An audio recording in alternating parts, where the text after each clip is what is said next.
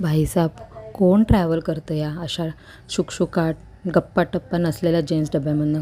कुठून दुर्बुद्धी सुचली आणि नवऱ्यासोबत जेन्ट्स कंपार्टमेंटमध्ये आली. लेडीज कंपार्टमेंट मस्त. ॲटलिस्ट कुणाचा टॉप कसा आहे, ड्रेस कोणत्या रंगाचा आहे, साडी कोणती आहे हे तरी कळतं. काय विचार करून निघाली होती. जाताना ट्रेनमध्ये चांगली कानातले घेईन, बांगड्या घेईन, गळ्यातलं बघीन. अर्धी शॉपिंग तर ट्रेनमध्येच होते. पण इथे देवा हा टवळ्या बघ याने अजून एकदा बघितलं ना परत एकदा माझ्याकडे, आय स्वेअर मी ह्याला आहे ना फटका मारणार. असा फटका मारणार ना की बघायची सुद्धा नाही राहणार याला. ओ देवा कसं होणार आहे. झोप येते आहे पण झोपू पण शकत नाही आहे. बाजूच्या काकांच्या खांद्यावर डोकं टेकलं तर झालं कल्याण. नेक्स्ट टाईम ना ही चूक मी जराही करणार नाही.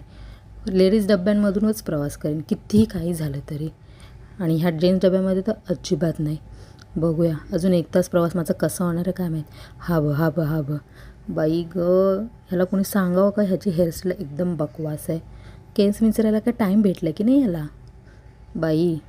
आणि ह्यांचं शर्ट, या शर्टाचा रंग अजूनच डोक्यात जातो आहे. आधीच काळा, त्याच्यामध्ये डार्क हिरवा रंग घातला आहे. ओ गॉड काय करू. नेक्स्ट स्टेशनवरती उतरून जाऊ पण शकत नाही. अजून 1 तास प्रवास हा असाच शांततेत जाणार आहे.